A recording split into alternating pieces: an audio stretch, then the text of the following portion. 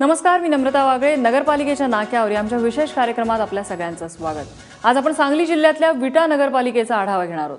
विटा नगरपालिकेवर गेले 25 वर्षापासून काँग्रेसची सत्ता आहे. मात्र शिवसेनेच्या अनिल बाबर यांच्याकडे आमदारकी असल्यामुळे तेही काँग्रेसला शह देण्यासाठी इथे शड्डू ठोकून तयार झालेत. त्यामुळे यंदा इथली निवडणूक रंगतदार होण्याची शक्यता आहे.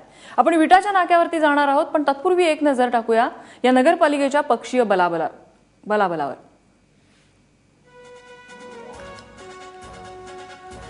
काँग्रेसच्या इथे 20 जागा आहेत, शिवसेनेचे 3 नगरसेवक आहेत आणि एकूण 23 अशी संख्या आहे इथल्या नगरसेवकांची. काँग्रेसची इथे गेले 25 वर्ष सत्ता राहिलेली आहे. मात्र यंदा लढत चुरशीची होऊ शकते. आणि आता जाऊया विटा नगरपालिकेच्या नाक्यावर.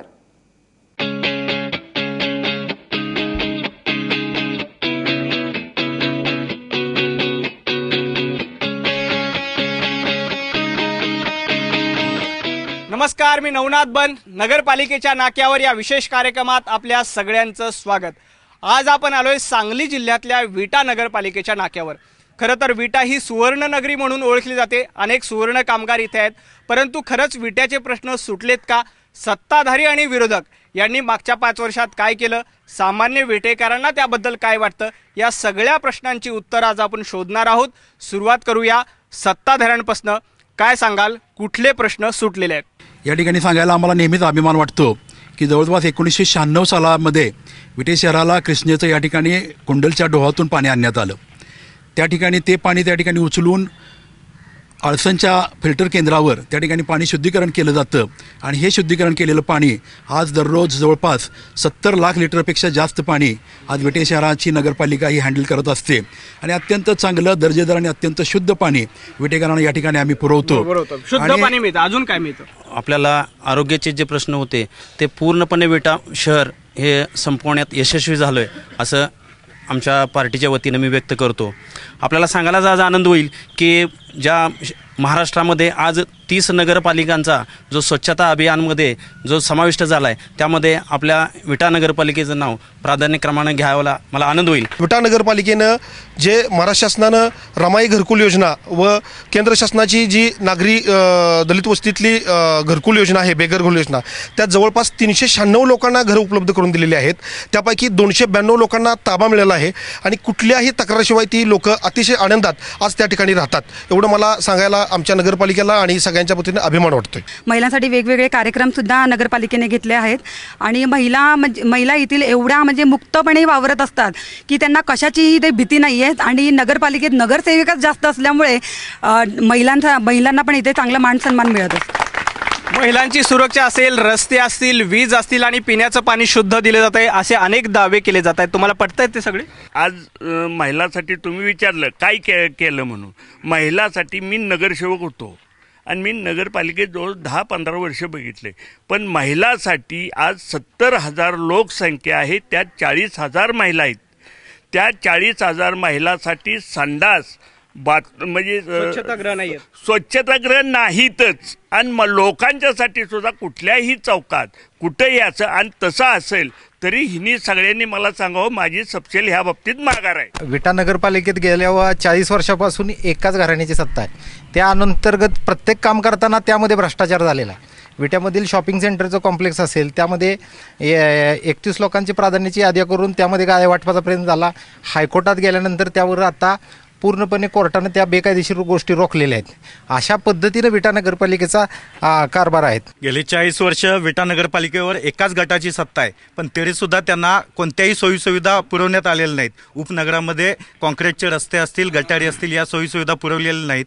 आणि तुलनेत इस्लामपूरमध्ये 3 नाट्यगृह आहेत, पण गेले 2 टर्म सत्ताधाऱ्यांनी जाहीरनाम्यामध्ये सुसज्ज असं नाट्यगृह बांधणार असं लिहिलेलं होतं, रिंग रोड बांधणार असं लिहिलेलं होतं, पण कोणत्याही या प्रकारच्या हालचाली दिलेल्या नाहीत. मला एकच विचारायचा आहे विषय की प्रत्येकाला वाटतं की आम्ही महिला सुरक्षित आहोत, आम्ही ज्या वेळेला एसी गाडीतून फिरतो त्यावेळेला सुरक्षित आहे.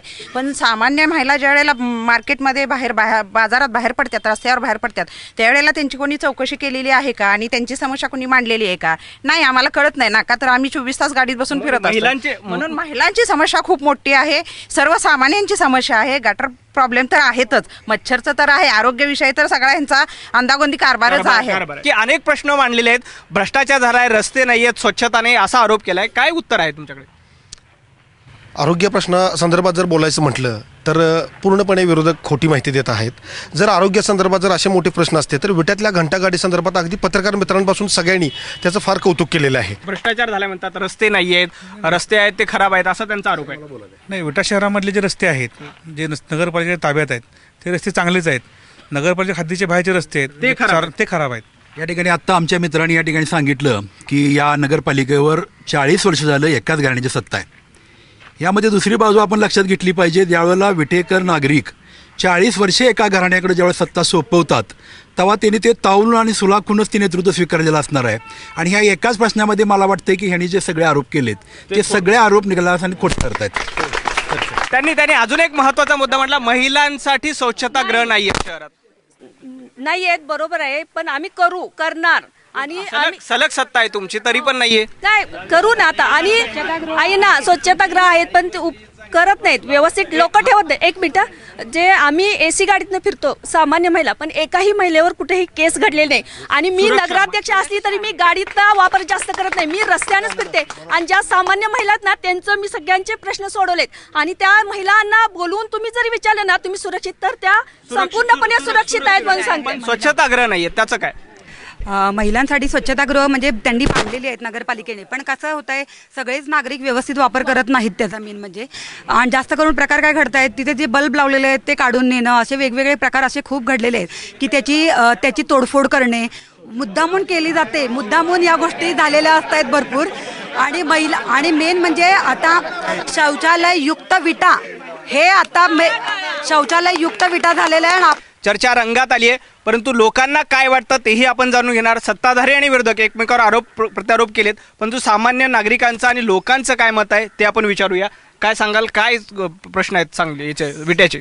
सर्वसामान्य म्हणून मला आत्ता सांगायला अत्यंत दुर्दैव वाटते की गेली 40 वर्ष सत्ताधारी सत्तेमध्ये आहेत, परंतु सर्वसामान्यांचे प्रश्न सोडवण्यामध्ये 40 वर्षामध्ये पूर्णतः अयशस्वी झालेले आहेत. या विटा नगरपालिकेमध्ये सत्ताधाऱ्यांनी काही चांगली कामं केलीत, ते चांगली कामं विरोधकांनी सुद्धा त्याची हे दखल घेतली नाही. चांगली कामं करून सुद्धा त्यांनी सुद्धा. पण माझं एक सामान्य नागरिक म्हणून एक इच्छा आहे की मराठा मूक मोर्चामध्ये सर्व नेते जसे एकत्र एका स्टेजवर आले, सर्व वाद तंटा विसरून एका स्टेजवर आले, तसेच या नगरपालिकेच्या विकासासाठी सगळ्यांनी एकत्र यावी आणि ही निवडणूक बिनविरोध करावी.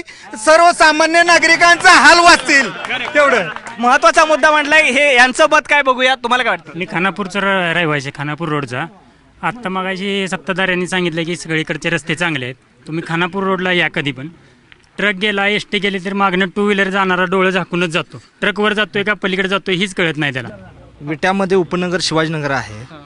ह्या नगरमध्ये रस्त्याची अवस्था बघितली तर 4 महिन्यापूर्वी रस्ता केलेला आहे, फक्त खडे हातरल्या, त्याच्यावर अजून काहीच झालेलं नाही. आणि काही ठिकाणी रस्ते केलेत अंतर्गत, म्हणजे मध्ये एक काय असेल तेवढं अंतर सोडून परत रस्ते केलेत, असा रस्त्याचा प्रकार आहे. गेली 25 वर्ष झालं शिवाजीनगरमध्ये पोल्ट्री व्यवसाय चालू आहे. त्या पोल्ट्री व्यवसायामुळं प्रश्न काय तिथं पोल्ट्री कोंबड्यांच्यामुळं होणारा त्रास, माशा व किड, त्यामुळं तिथल्या नागरिकांना वारंवार त्या त्रासाला सामोरं जावं लागतं आहे. नगरपालिकेकडे आम्ही वारंवार तक्रारी करून सुद्धा त्यांनी त्याची दखल घेतलेली नाही. अच्छा, म्हणजे अनेक आरोग्याचा प्रश्न आहे असं सगळ्यांचं म्हणणं आहे. मागच्या 5 वर्षात अनेक प्रश्न सुटलेत, परंतु अनेक प्रश्न सुटण्याचे बाकी आहेत. परंतु या सगळ्यातून एक मागणी महत्त्वाची ती म्हणजे बिनविरोध निवडणूक व्हावी. आता सत्ताधारी आणि विरोधक याचा जाणीवपूर्वक विचार करणार का हे सुद्धा पाहणं महत्त्वाचं आहे. आजच्या या नगरपालिकेच्या नाक्यावर इथेच थांबतो.